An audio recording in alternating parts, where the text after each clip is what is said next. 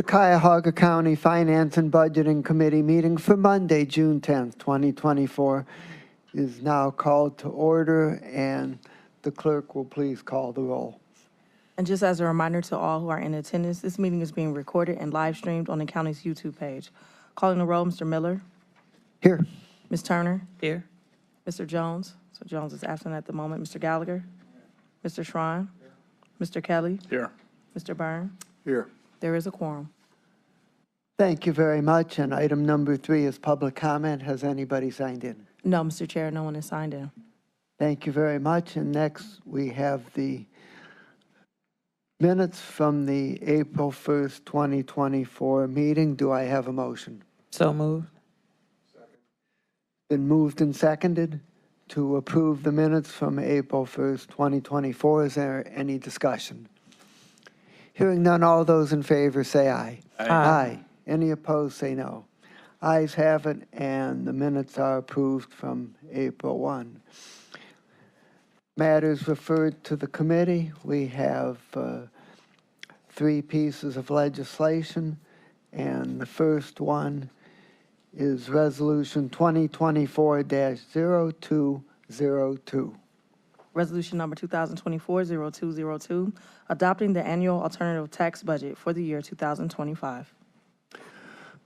Director Parfiowitz.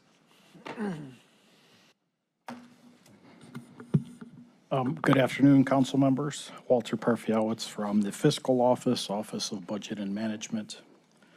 So this is fairly a routine item that we present annually.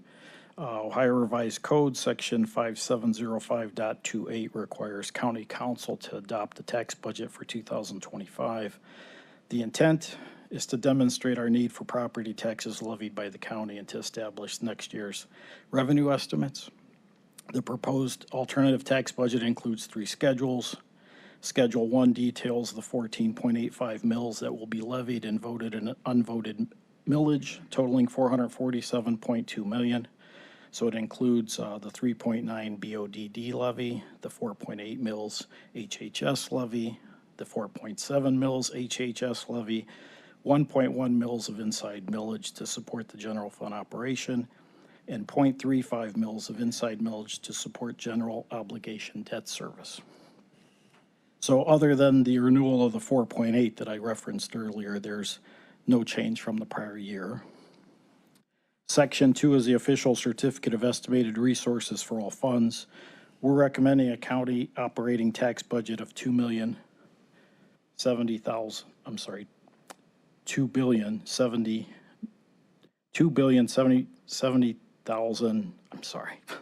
Let's just say $2 billion for 2025. Too many zeros here.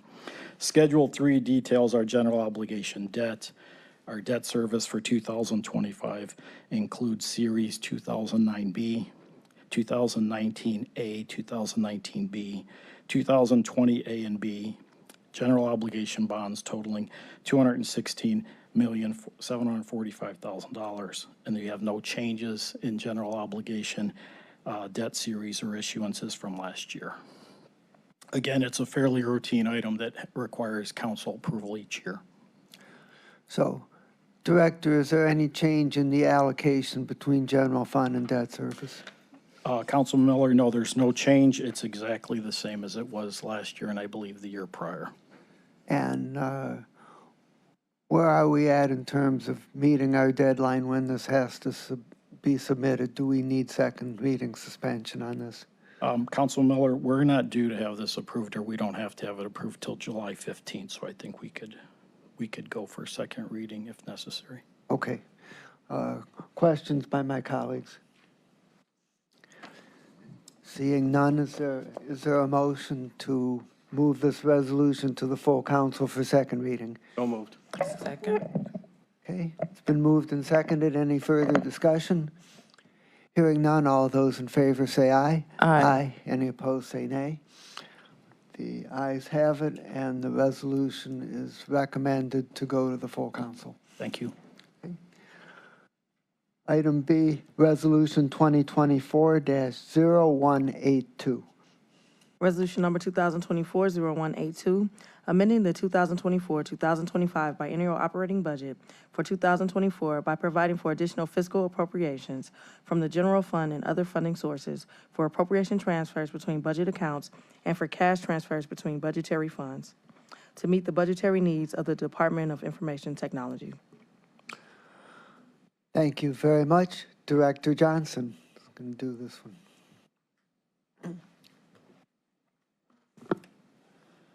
Thank you, Mr. Chair. Thank you, Council, for meeting me this morning and hearing our request. Great. By the way, my name's Andy Johnson, Chief Information Officer for Cuyahoga County. You should have a printout of the presentation. My comments will be brief. I'm going to start with the punchline, and the punchline is that there is no impact to the general fund with this request.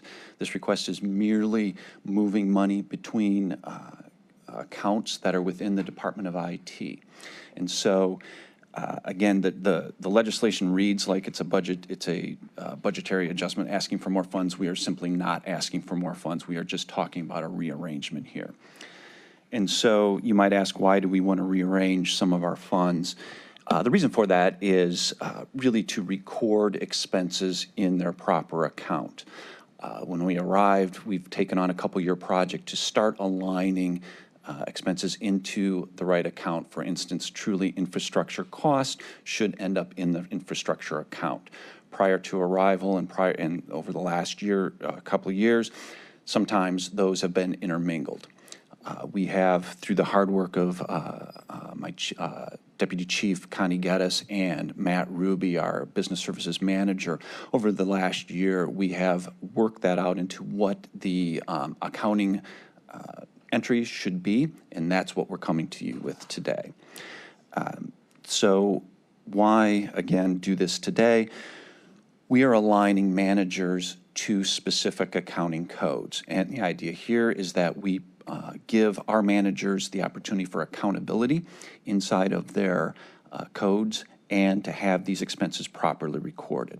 So having that accountability not only gives us a sense of better control on our finances, but it also gives experience to my leadership team in balancing and understanding county finances. And where does this pay benefits to the county? Well, we look at better strategy, we look at better financial management, we look at better forecasting because we have those managers that are closer to the action, responsible for their cost centers. Our procurement activities, we are seeing our procurement activities are much smoother than they have been prior. Again, we have our managers in charge of their accounts. We'll also be utilizing 2 dormant accounts. Those accounts existed. They, over the years, have been not funded. We are asking to move some money into those accounts, and Matt Ruby will be here in a second to discuss that. And then finally, we've got a few positions that were unfunded that we are moving some money from operations into our personnel budgets to fund those positions. So I'll pause there. Any questions? So, Director, am I correct that this doesn't reflect any changes since the last budget in terms of expenditures within the department? It merely reflects improving the way things are accounted for. Is that correct? Mr. Chairman, that's exactly correct. And you had said that some of this involves having bills paid out of the right accounts. Can you say a little bit about that? Yeah, so prior years, for instance, we would have an invoice come in and let's say it was for we'll say for a new computer, an invoice came in and there may have not been enough money budgeted in a particular account for that. We had enough money inside of IT, but we may not have had enough money in a particular infrastructure account. And so we would prior pay that out of the other IT account. By doing these maneuvers, by moving this money into the proper account, we will now be able to pay for that computer in the right account. So I'm going to note that Council President Jones is now in attendance, and I'm going to ask if there's questions from my colleagues. I have a question. Councilwoman Turner. Thank you. Through the chair, can you tell us how many of those positions were unfunded and what is the total amount? So at any given point, IT has approximately 20 positions that are open. We are having a little bit of a, what I want to say, a click up. In other words, we are starting to fill some of those positions. So I would say approximately 10 we anticipate filling, have already filled or will fill this year. And we estimate that to be around $1 million. Okay. Thank you. Anything else? Okay, so you were going to have some additional information for us? If, Mr. Chair, you would like this, we can have Matt walk you through the detailed numbers, and that will be on pages, like the next pages on my presentation. It'll be on that page and the next page, payroll and operations. If you would like him to walk through some of those numbers and give you an opportunity to ask questions, I'll invite Matt up to walk you through. Okay, fine. I'd like him to do that. Okay.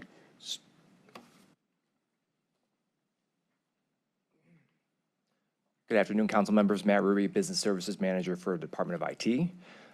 So on this first slide that we've got shown right here, we broke out the department-wide budget into payroll and what we call operations, the non-payroll piece of that. So what you're looking at is the original budget approved by this body and the revised budget as reflected with the fiscal agenda items in front of you today, and then the variance. So this is in millions. The highlights here, as Andy had referenced, we had 2 dormant accounts. Those are represented by IT 100, 150, and 155, titled UEX, and then service management. So the biggest variances here that you can see is a reduction in payroll costs out of the engineering services. That is because that account actually had 3 different teams of IT employees in it. So the subsequent increases in the EUX and service management teams came from there.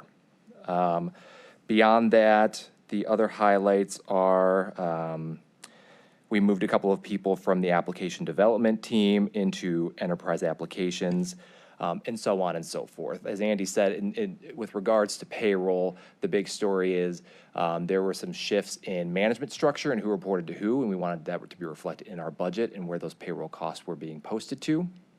Additionally, the question was just asked about positions that were vacant and our movement of $1 million extra into payroll.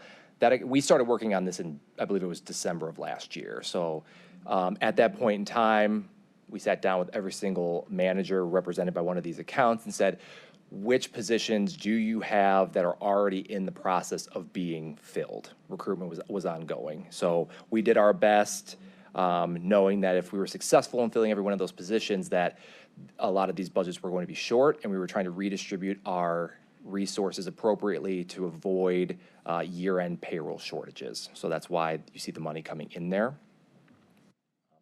Any questions on the payroll piece? Jump to the next slide.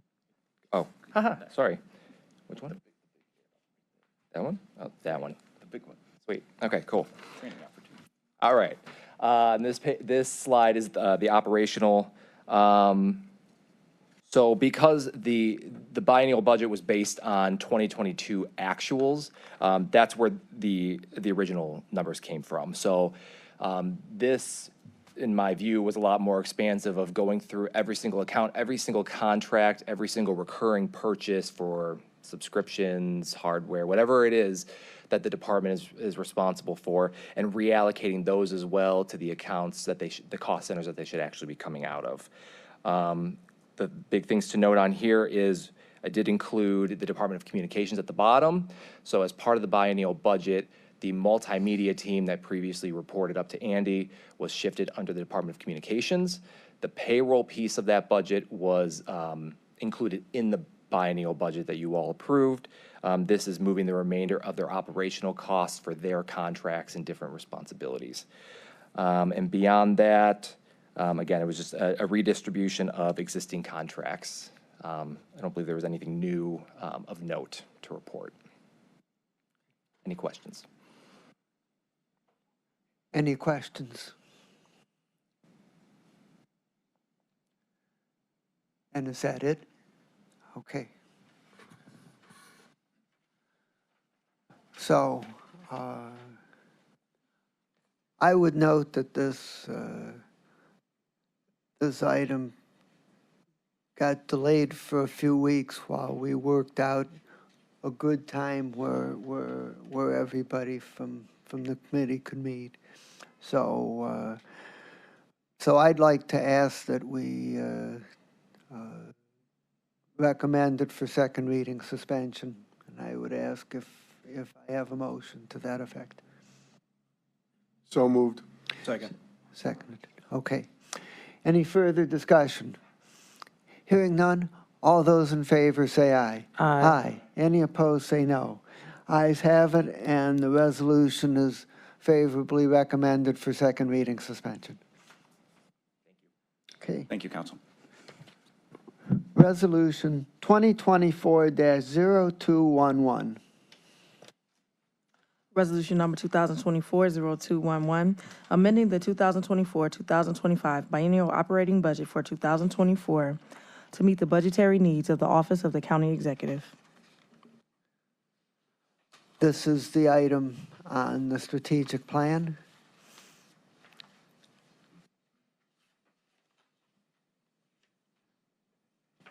Chief Gallagher. Good afternoon. Katie Gallagher with the Executive's Office. I did have a small PowerPoint. We don't need it that much, but this is a transfer for $180,000 to the executive budget out of the general fund. $157,500 is for a strategic plan we'd like to do. The remaining is for advocacy fees that were not paid last year. What had happened was Kegler Brown was sending those bills to Catherine Tkachuk, who used to be the point person for the executive office, and they finally caught on their bills weren't getting paid, and so they reached out. So we have to go back and pay those bills clearly. So that is that discrepancy with the rest of those dollar amounts. So, okay, good. And so Councilman Miller was nice enough to send me a few questions ahead of time, so that's what I've answered on the screen. The reason why we are moving forward with the strategic plan is pretty simple. One, the previous strategic plan done under the prior executive is expired. And then we've started with going for an RFI to see what was out there, to see what this administration would like to move forward with on our strategic plan and to help develop an RFP. Clearly, there is a new administration, so we do not have the same goals as the prior administration. Some of those goals remain the same, clearly with the charter goals, as well as what's mandated by the code. Also, we'd like this opportunity to solicit employee feedback through this process, and also kind of make sure that we're going in the same directions with the other strategic plans that are out there for the departments. We have a lot of plans that have been created that are code requirements, as well as in HHS, many of the departments have been moving ahead with putting their priorities. So to align all of these under one umbrella for the entire organization. And then lastly, we'd like to refine our benchmarks and make sure they're in line with our strategic priorities and set that as you see them in the budget each year to make sure that we are capturing the data that is important and looking at that data continually to make sure that we're making marked improvements. And like I said, just for timing purposes, we did put out an RFI last year in July. And just to kind of see an estimate, that estimate for strategic plans are pretty broad. We did set a price point going in, thinking that we would go somewhere in the range between $250,000 and $300,000 for a strategic plan. And when we put out the RFP, we had 7 submissions, and we did pick the lowest price submission. That's not why we picked that person. We thought it would be the best vendor at $157,500, and that's Raftellus. That's it. Are there any particular questions? Questions by my colleagues? Council President. Thank you, Mr. Chair. And good afternoon, Chief Gallagher. Hello. All right. I have two prepared questions. And the first one is, since the new government began, we have seen a few different strategic plan efforts come before us. The most recent was initiated by the last county executive. Were there any components from this last strategic plan incorporated into the planning for this one? If so, what were those? I would say yes, in the fact that, counties typically do the same things. Generally, there are some things that we move forward with differently. But those kind of code requirements that the last strategic plan and charter requirements surrounded themselves, that will mirror in this current plan as well. Right. And the second one, what is the time frame for completion of this plan? What agencies are covered? How do you plan on tracking what components are followed so we can see how it was followed? Sure. All of the executive agencies are covered. Our goal was to try to have this plan done by September. I think that we were not expecting the legislation to get pulled, so probably will be a month delay. And this will go into 4 phases.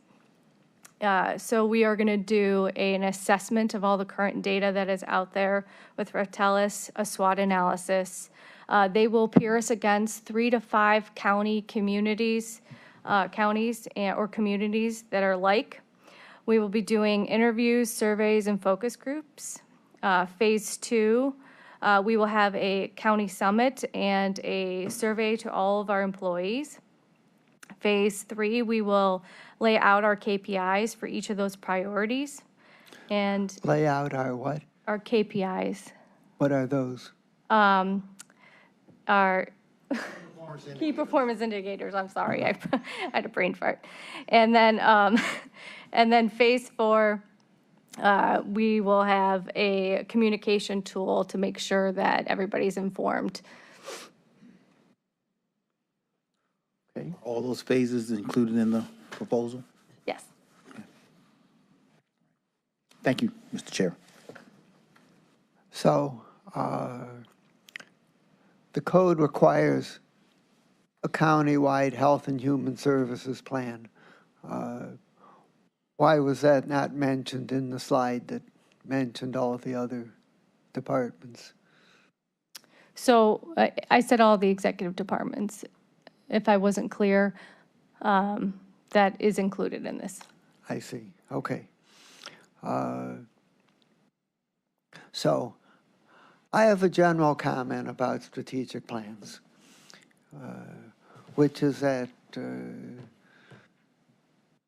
that you set up a broad process and you want to be inclusive and you ask a lot of different people their opinions. You send out a lot of surveys. You get a lot of stuff back and you want to include everybody's ideas, and so you end up with a plan that's not strategic at all, but actually covers so many different things that I think that already the county is doing so many different things and not doing all of them well, and so my suggestion is that you truly be strategic and try to determine what things are most important, where programs can be combined or consolidated, if there's things that we're doing that aren't important enough that we should continue doing them, and try to get a little better focus on the county's direction. That would be a strategic plan. I appreciate that comment. I remember you made this comment to me in the past. I feel like in our committee choosing this particular vendor, I kept that in mind. If you have a chance, I'd encourage you to go take a look at their previous work product. Or I can send some to you. Any other questions by my colleagues? Councilman Tron. Hi, Katie. On the economic development, we're working on that on the Economic Development Commission. How are these going to interface? I've never found where you have two different writers that the content looks like it's all blended into the same document. And so you've got a housing plan, a sustainability plan, economic development plan, and then you've got the one you're creating on this. And my understanding, these are going to get plugged and played right directly into the strategic plan. Yes, so this is the overall umbrella. Right. So what is the organization's core mission, vision, values, goals?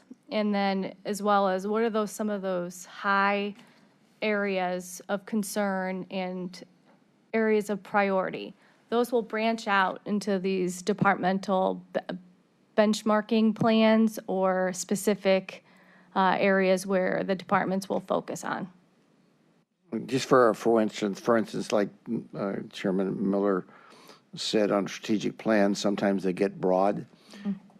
If the strategic plan does not place economic development at the highest end of your spectrum, but yet they're following it as though it is, how does that coincide? If for example, reentry comes out higher than in the strategic plan as far as a responsibility versus economic development, and the folks doing economic development are working their tail off to create a strategic plan that I would believe, just like the housing folks and sustainability, that it's going to have a high priority.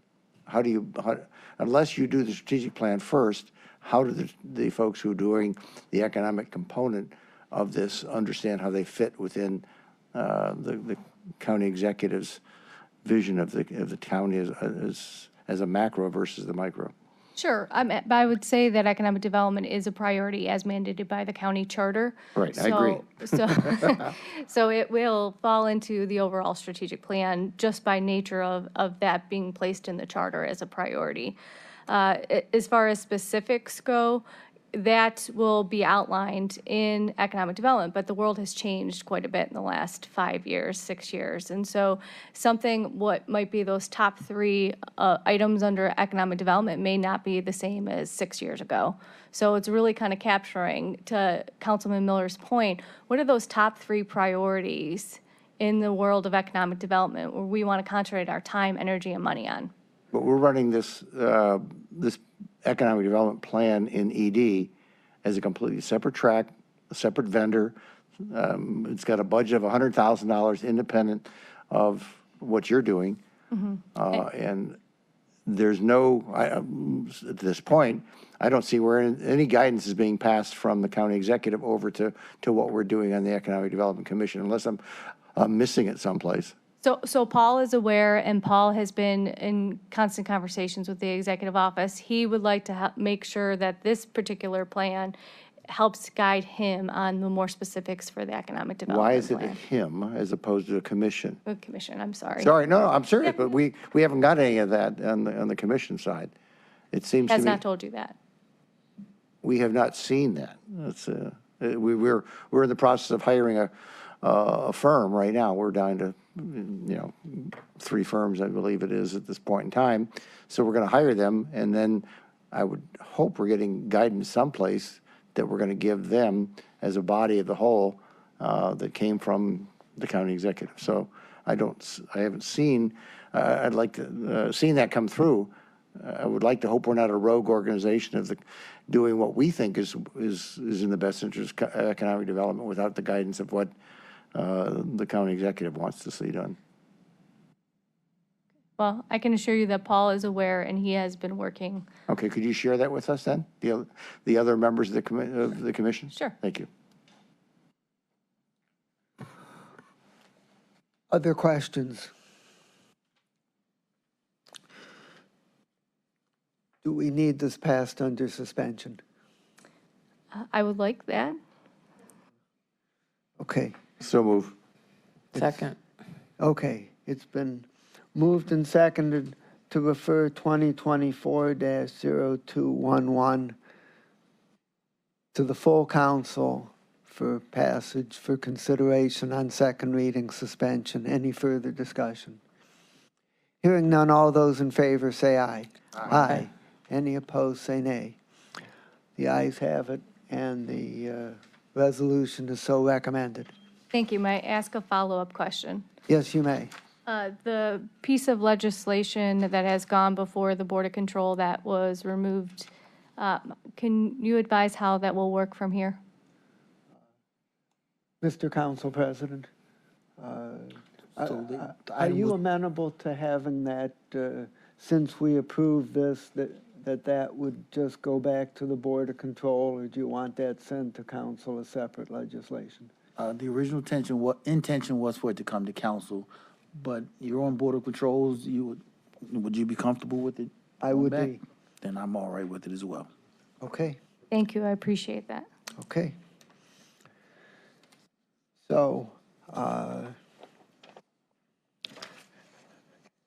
next, we are going to move to the first quarter financial report.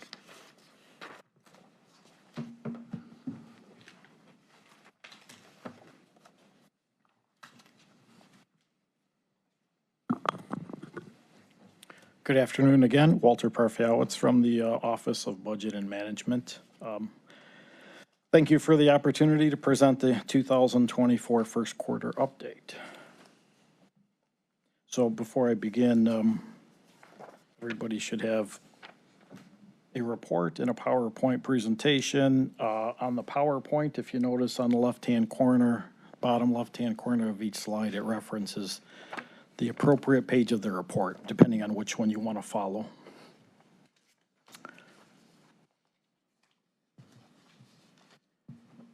Let me just start out by saying for 2024, it is first quarter.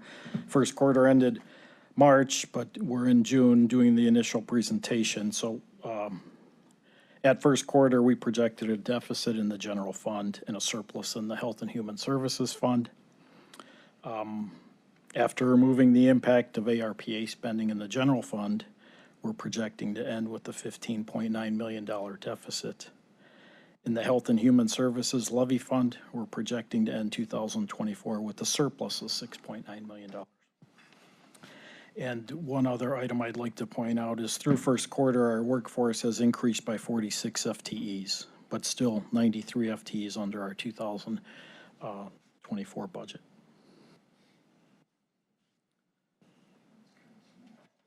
Okay, so let me just start out with a couple of quick highlights of first quarter. So we received our certificate of estimated resources for 2024. We approved $5.8 million of opioid mitigation funding. We approved $6.4 million to purchase 38 fleet vehicles. We approved $425,000 in appropriations for a temporary shelter at 2710 Walton Avenue. It's a homeless services project. We approved $4.5 million appropriations for economic development loans. We also finally approved $300,000 in grant appropriations to support a chief of climate and sustainability. So with that, I'll get right into the general fund. So initially, working from the left to the right, general fund projected to end with an operating deficit of $113.9 million. It's because it includes ARPA. So operating revenue 605.2 and operating expenditures of $719.1 million. Again, included in the deficit are ARPA expenses. If you back those out, 98.1 and 98.1 is what's left in ARPA funding at first quarter. You back that out, we're at an operating deficit of $15.9 million. So let's take a look at revenue. General fund projected to end with $605.2 million in revenue. It's $5 million, or just 0.8% more than budget. Larger variances are projected in, as you can see in the bolded areas, charges for services, fines and forfeitures, interest, earnings, and sales taxes. Most are projected with small deficits, with the exception of interest, earnings, and sales taxes. Charges for services projected to end at $104.4 million, $1.2 million or 1.2% less than budget. Small variance, but it's projected currently in conveyance and recording fees. Fines and forfeitures are projected to end at 7.8 million, 1.5 million or 15.8% under budget. The 2024 budget assumed a 5% increase over 2023, but collections continue to underperform. All courts, they all report increased activity. So at first quarter, so we're hoping that the number will improve as the year goes on, but we've taken a conservative approach. Interest earnings projected to end at 32.3 million, 16.7 million or 106.6 more than budget. This is all due to the STAR interest rate, which continues at approximately 5.5% each month. Sales tax is the biggest issue here, projected to end at 327.7 million, 9.8 million or 2.9% less than budget. Sales tax collections through first quarter were up just 0.28% over 2023. Through April, now that we have the numbers, we're up 0.18%. And then again through May, so we have May's number now, we're actually down 0.04%. So at first quarter, inflation was approximately 3.5%. We had flat consumer spending and a 3.8% unemployment rate. So, Director, Yes. what we're saying is that since inflation is somewhere between 3 and 4%, but your sales tax is flat year over year at this time, you're saying that the actual amount of purchases, if you control for inflation, are actually down by 3 or 4% from what we had last year. Is that what we have? That's what we have. And Director, how long has this trend been going on for? Councilman Miller, this trend's been going on just this year. This is the first 5 months of this year, the first time in the entire time that I've been in this position that we've seen sales taxes decline. We've averaged between 4 and 5% over the last several years. I was always hesitant to take it all the way up to the far spectrum with the 4 or 5% interest. 4 or 5% rate, but the year that I did it and went to 4% is the year that we start to diminish. Well, that's how it often works. So, Director, do you think that this has gone on long enough that it's a definable trend, or do you think it's still possible that this might be kind of a short-term statistical or seasonal aberration and that it's going to get back on track? Well, Council Miller, initially I thought, we have 5 months worth of actual and we've made no progress. This morning I checked with some of our counterparts in different counties. I am now a little more optimistic in that Hamilton County, for example, they're showing about a 2% increase year over year, same time period. So I'm still hopeful that we can make some progress. Okay. Yes, Council President. Thank you, Mr. Chair. Director, what are the administration's plans for addressing the $15.9 million general fund deficit?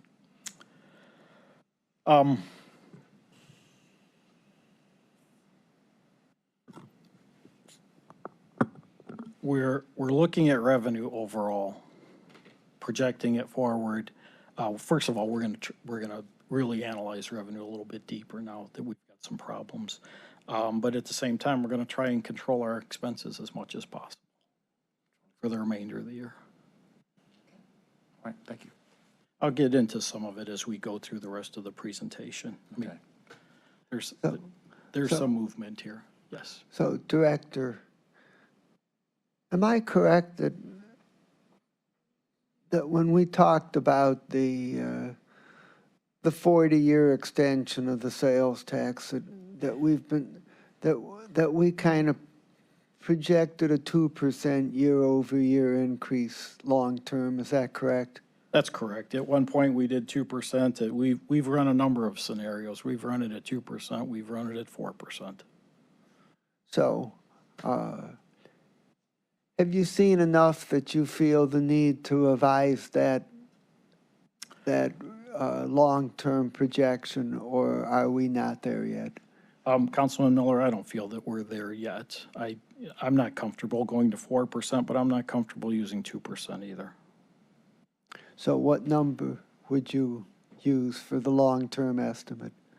I would take a little of a historical look at what we've done specific to the 0.25% and apply that in addition to what we're running at now. So I would find a blended rate in there somewhere, potentially 3. Okay. Councilman Tron. History is usually a pretty good predictor of where we go. And if you pick up the history for the last 20 years, it's going to be up in that 3.5+% range. It's not where it currently is. And I'm not sure what all is going on today's, but I think if we look, we really do need to look at long-term, not just a flash in the pan, because I think your original projection was 0. That was the original.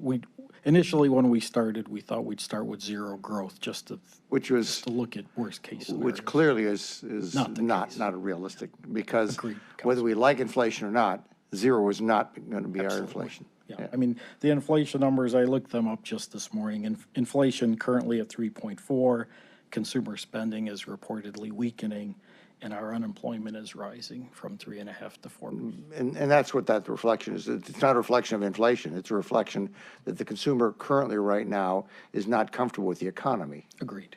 It's not a reflection of what's going to happen in the next 20 years. If inflation is going to be consistent, I have a feeling it's going to continue. We're still going to live with inflation unless something really dramatic happens. I don't see us going through. I've not lived through deflation, and I would like to hope we aren't going to go there any place along the way.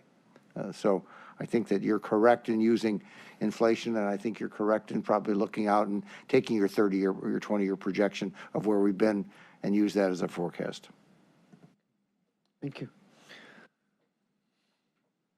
Please continue. Okay, so at this point, we're going to shift over to expenditures. This slide summarizes general fund expenditures by budget line.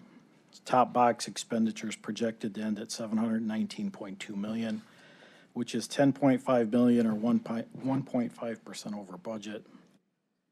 Personnel services, you'll see projected at $368.9 million, $15.7 million or 4.4% over budget. Other expenditures projected at $280.7 million, which is $5.7 million or 2% over budget. Subsidies projected to end at $69.6 million, which is just $500,000 or 0.7% over budget. Middle box reflects the remaining ARPA spending of $98.1 million. Bottom box takes it out of the top box, so the excluding ARPA general fund expenditures projected to end at $621.1 million, which is $10.5 million or 1.7% over budget. So we'll get into some of the departmental spending. I think you'll see that the way that the departments are spending, there are offsets to some of the deficits here. The slide details the larger departments. So it's not everybody, but it's just the larger departments that contribute to the $10 million general fund deficit. The complete list, if you want to look in the report, is on page 23 of the report. It summarizes all the departments. So the major items here are the medical examiner's deficit. This is a timing issue for some spending from the prior year that floated into this year. So appropriation request was on the last fiscal agenda, and this will be corrected. It's been corrected. It was done in April. Sheriff's office projecting a $15 million deficit, primarily due to overtime, some CBA adjustments, and some additional staff. Prosecutor projecting then with a surplus of $1.8 million.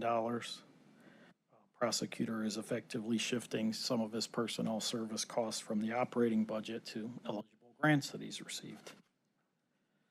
Public Defender projected to end with a $500,000 surplus. This is just sporadic throughout his entire budget. And then the Veteran Services Commission is projected to end with a $2 million surplus.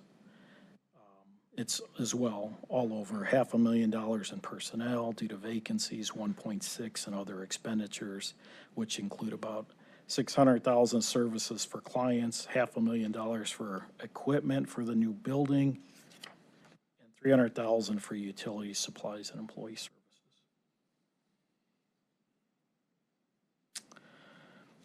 So this is the one item that makes up our subsidy variance. So let me give you a little detail on this. So the previous slide, you saw 69.6, which was a $500,000 or 7/10 over budget. The subsidy is on the convention center bonds that were issued in 2022. It's not a real deficit. The subsidy is in the convention center bonds, right? Which I already stated, I'm sorry. The funding agreement that the county entered into to pay the trustee direct and reduce annual payments for the CCFDC. The budget was set up slightly differently. So the funding agreement required the county to pay the trustee direct, but the budget was set up that the CCFDC would pay the annual payment out of their portion of the budget. So really the subsidy has a deficit, but the fiscal department has a surplus, and these two things offset because we've reduced the payment to the CCFDC by the equivalent numbers. We took their $450,000 monthly payment down to offset this amount. So it appears on the schedules as if this is a deficit, but there's an equivalent surplus in the fiscal office budget where the CCFDC payments are coded. So really, there's no impact on the budget. I just wanted to try and clarify that for everyone. It was just our misunderstanding of what was in the agreement, whether the county was going to be paying that direct or the CCFDC was going to pay direct. So the CCFDC paid it direct, and we reduced their payments to offset the difference.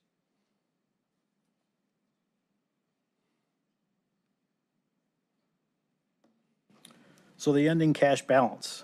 We started the year with $274.9 million in the general fund. We had operating revenue projected to be $605.2 million. Deduct operating expenditures of $649.6 and then subsidies of $69.6. We're projected to end 2024 with a cash balance of $161 million. So the ending cash balance is $13.8 million, more than the cash reserve requirement of $147.2. And this also assumes that all of the ARPA money is actually spent this year. So the $98.1 million is fully spent. So the middle box shows the revenue and the expense, and you end up with basically the same number, $161 million. Again, above our reserve requirement. Questions on the general fund? Chair. Yes. Thank you, Mr. Chair. Again, we mentioned obviously that close to $16 million general fund deficit. And I was just looking at some of the costs. Obviously, the additional, you want to call them personnel hires, maybe. All of these costs. You mentioned the overtime and that's being used, and obviously, I'm not in any way telling you where your cost cuts are coming that you mentioned, but it kind of polarizing when you see the hires and then the discussion of expenditure cuts that have to take place. I guess ultimately my ask is that keep us updated on your cost saving efforts. Maybe regularly update us on what you're strategically doing and actually doing to bring those costs down. Council President, we have a couple of slides towards the end where we'll talk about FTEs, Okay. what's budgeted versus what our actual is, and you'll see that we're still way under budget when it comes to hiring. So Right. Well, we just heard from Andy, although he did say net zero. I did hear Yeah, you. but I heard net zero. Andy's moving expenses from other operating to Gotcha. offset, so he's still within budget. Andy's all right. He's not the problem. Okay. He didn't come to this body to ask for any money. Okay. All right. So, Director, we have, on the expenditure side, we have a predicted performance of $10 million under budget. And to put that in context, am I correct that that's unusual? And that normally we tend to underspend budgets because of vacancies and because of contracts not being fully spent, and for us to have this $10 million variance in the negative direction, we haven't seen this most of the time. Is that correct? Councilman Miller, you are correct. I mean, if you look at page 23, the departments that make up the deficit overall, there are some departments, for example, the sheriff's office, that does have a $15 million deficit. But taking everything into account in the aggregate, that 15 million has been reduced to $10 million because of other departments either not hiring staff or underspending other areas.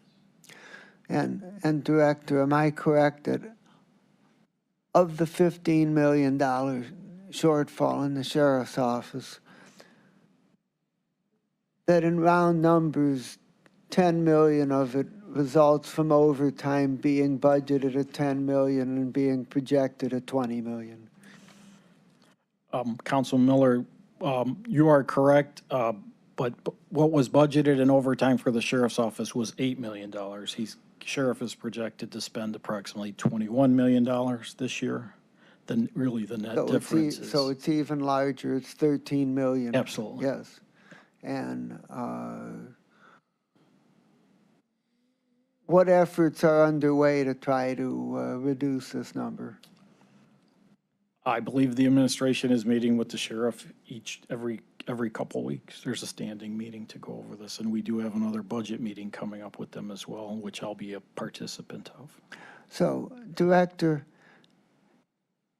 have we contacted other major counties in the state, like Franklin County and Hamilton County, to find out if what they have similar large overtime expenditures in their sheriff's department, or whether this is unusual to us? Councilman Miller, I am not aware that anyone has. Could you undertake that and let us know? Certainly.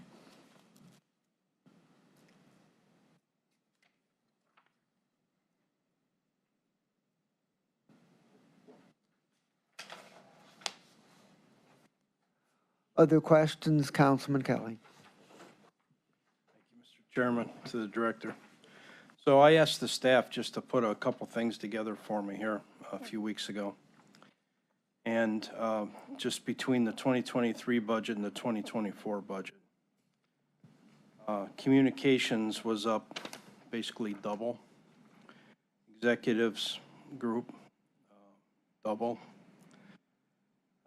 Sustainability doubled. So what it came out to was, between the two budgets, there was an increase of 43.57%. Does that have, or? Yes, Councilman Kelly, I believe that is correct. I mean, there's been staffing increases in those departments. Is possibly too much staffing to go up that high? Answer to that. Yeah, I'm not sure I'm the right person to answer that question. That's quite an increase. Thank you. So I have a partial mitigation on the communication side, because when we did the budget, it partially reflected that some personnel were moved from being embedded within the various departments to being moved directly into the communication department. It was a reorganization without that portion of it involving additional personnel. So that accounts for part of it. But also there was some addition in communication staff in addition to that. Is that correct, Director? Council Miller, yes, you're correct. There was a small group of IT communications people, the Jonathan Schick and his group. They're the ones that go out and do the photography and the videography for the county. They were actually moved from under Andy Johnson's group over to the executives group. That is correct. Okay, thank you.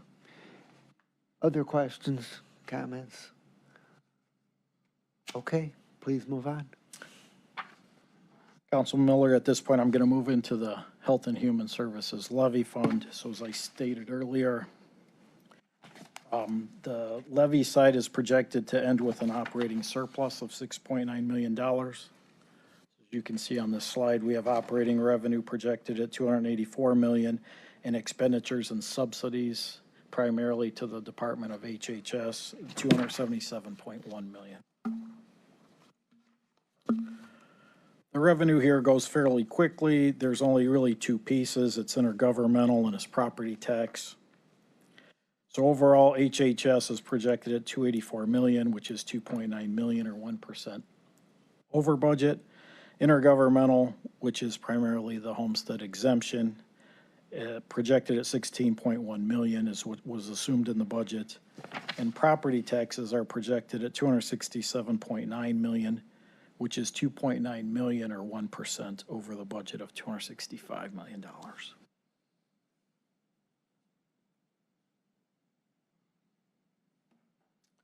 Okay, so this slide summarizes the levy expenditures by budget line.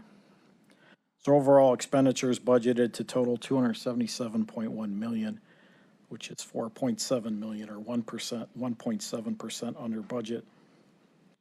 And the majority of the surplus was in subsidies to the other funds, which include, most of the departments of Health and Human Services, the Adams Board subsidy, and also the Metro Health subsidy. So the next slide will detail the larger, similar to what I did on the general fund side. So these are the departments of juvenile court and HHS that had the larger variances or the projected larger variances. They're all, the entire list is on page 26 of the report if you want to see all of them. But the larger contributors were juvenile court, projected to end with a $2.6 million surplus. They as well are charging more of their eligible expenses to grants rather than their operating budget. Children and Family Services projected to end with a small deficit of $2.3 million. At first quarter, Children and Family was approved to hire additional social workers beyond their budget.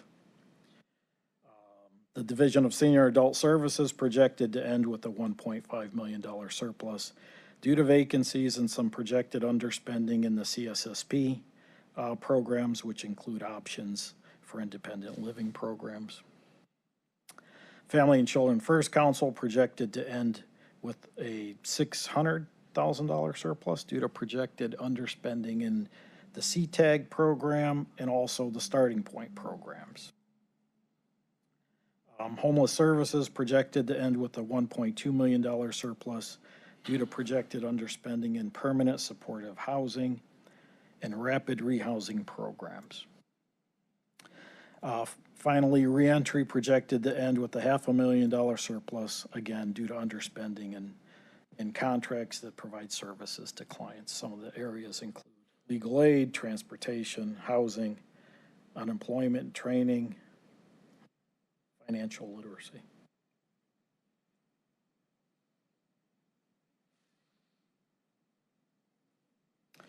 So finally, this is the cash slide. So we start the year at $39.6 million. We added revenue of $284 million. Projected expenditures and subsidies totaling $277.1, and we're projecting to end with the cash balance of $46.5 million.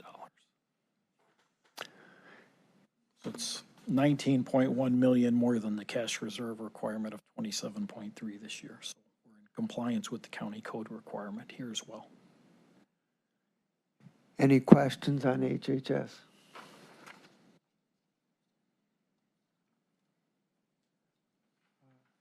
Mr. President, do you want to ask anything on CTAG? No. No? Okay, fine. I do have some detail, Councilman, if you'd like.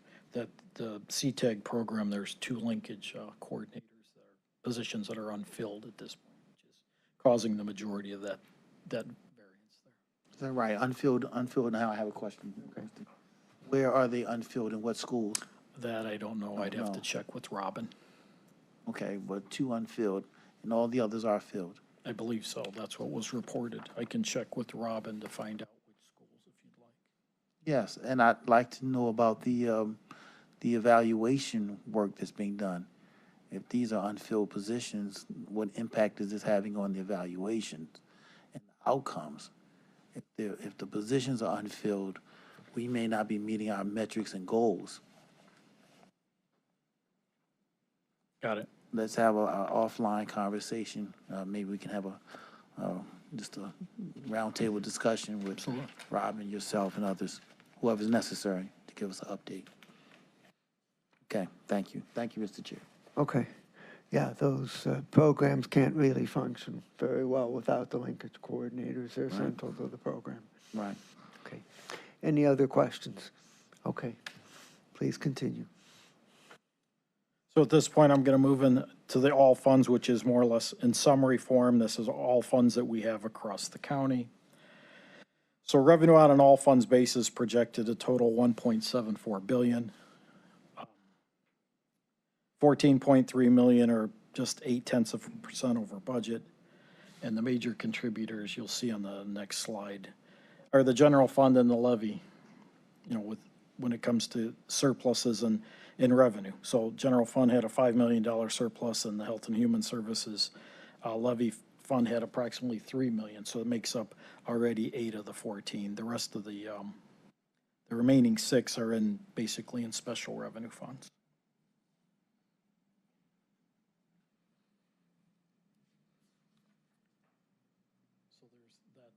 Sorry, I should have probably had that up in the last comment that I just made, so you can see the revenue variances there on the general fund side and on the levy side.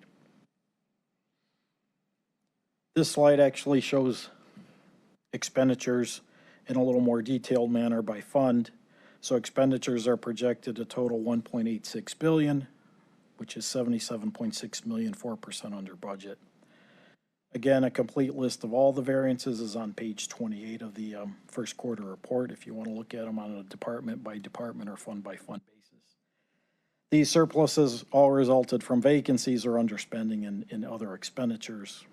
So here I'm trying to just detail the major contributors. General fund, we have a $10.5 million deficit that we discussed earlier. The Health and Human Services levy has a $4.7 million surplus.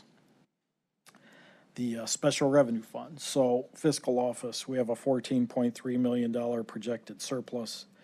11.9 is the county hotel debt, and 1.1 million is the Flats East Bank guarantee. These are both agreements that we have where we have to budget the full debt service for these entities, but it's never expected to be paid. But the indentures require that we budget them at full value. The Health and Human Services has 8.3 million projected surplus, and this is, in several of the divisions, including child support, senior adult, reentry. A lot of it is due to vacancies and underspending. Public Works, Road and Bridge Funds, 17.2 million projected surplus. These projects typically take multiple years to complete, and surplus is due to the timing of these projects and their expenditures. Same concept here with Public Works Sanitary at 3.6 million. These are all due to the timing of reimbursements from municipalities and also contingencies and other emergency repairs that may or may not happen. The Adams Board has a $14 million surplus, 5.4 projected in professional services relating to the diversion center, and 5.2 million projected surplus in their own client services that they provide.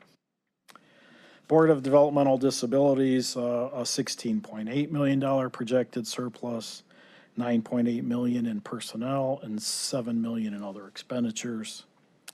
And then finally, Workforce Development with a $7.9 million projected surplus, and this is due to the board's move to not-for-profit status that should be effective July 1, 2024. So Director, how does the move to nonprofit status create such a large variance? Well, Council Miller, the budget is still on our books, so after June 30th, there will be no spending, so that all turns into basically a surplus until we reduce the appropriations from the books. Understood. Okay. And Director, do you know what the Adams Board projected revenue is for this year? I know that they were projecting a deficit and having to go into reserves, and I was wondering whether the new projected expenditure number of 81 million is low enough to put them in balance, or are they still projecting a deficit? Councilman Miller, let me have another look at that, because what we've projected here is basically, in concert with what the Adams Board projects. So at first quarter, these were the numbers that we agreed to. But I'll have another look at it. Okay, thank you. Other questions? I'm just in here still thinking about the fact that the two mentors you mentioned are not there. Just for council to really grasp what that means, it's, we may say it matter-of-factly, but it's like saying I'm in the 10th grade, but I didn't have a teacher this school year. That's literally what it means when you don't have the mentor in place. And at the same time, the county still pays the money. So it's like teacher's not there, but somebody got paid. So we want to follow up on that, just to have a conversation about where they are, what's happening. Agreed, Councilman. Yep. Thank you. So, Director, in terms of the big picture, would you agree that we have some concerns in the general fund side on both the revenue and the expenditure side? But the concerns would be a lot larger if it weren't for the fact that interest rates are remaining stubbornly high, and this is giving us a large boost on interest earnings, and that's helping to mitigate some of the other problems.